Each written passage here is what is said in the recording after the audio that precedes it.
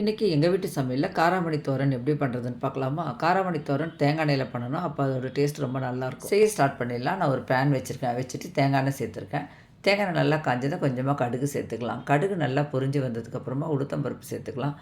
ஒரு காஞ்ச மிளகாய் கட் பண்ணி கூடவே கொஞ்சம் கருவேப்பிலையும் சேர்த்து நல்லா பொரிய விட்டுருக்கேன். காராமணி பொடியாக கட் பண்ணி வச்சுருக்கேன். இதோட அளவு 200 கிராம் சேர்த்துட்டு டேஸ்ட்டுக்கு தகுந்த மாதிரி சால்ட்டு சேர்த்து நல்லா கலந்து விட்டுறலாம். காராமணி காய் வேகணும். அதுக்காக அந்த காய் நினைகிற அளவுக்கு தண்ணி ஊற்றணும்னா போதும். ஊற்றிட்டு மூடி வச்சிடலாம்.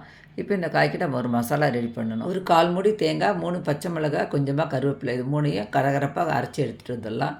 இந்த காய் இப்போ திறந்து பார்க்குறேன், கொஞ்சம் வேகணுங்க. இப்போ நான் ஒரு டீஸ்பூன் மஞ்சள் பொடி சேர்த்துருக்கேன். முன்னாடியே போட்டிருக்கணும், நான் மறந்ததுனால இப்போ சேர்த்துருக்கேன். மூடி வைக்கலாம். கொஞ்சம் நேரத்துக்கு அப்புறம் திறந்து பார்த்தா காய் நல்லா வெந்திருக்கு. இப்போ நம்ம அரைச்சி வச்சுருக்க மசாலா இதில் சேர்த்து ஒரு நிமிஷத்துக்கு நல்லா கலந்து விடுங்க. அதுக்கப்புறமா கேஸ் ஸ்டவ் ஆஃப் பண்ணிவிடுங்க. அருமையான டேஸ்ட்டில் தேங்காய் எண்ணெய் வாசனையோட காராமணி தோரன் ரெடி ஆகிடுச்சு. நீங்களும் ட்ரை பண்ணி பார்த்துட்டு எப்படி இருக்குன்னு கமெண்ட் பண்ணுங்கள். தேங்க்யூ.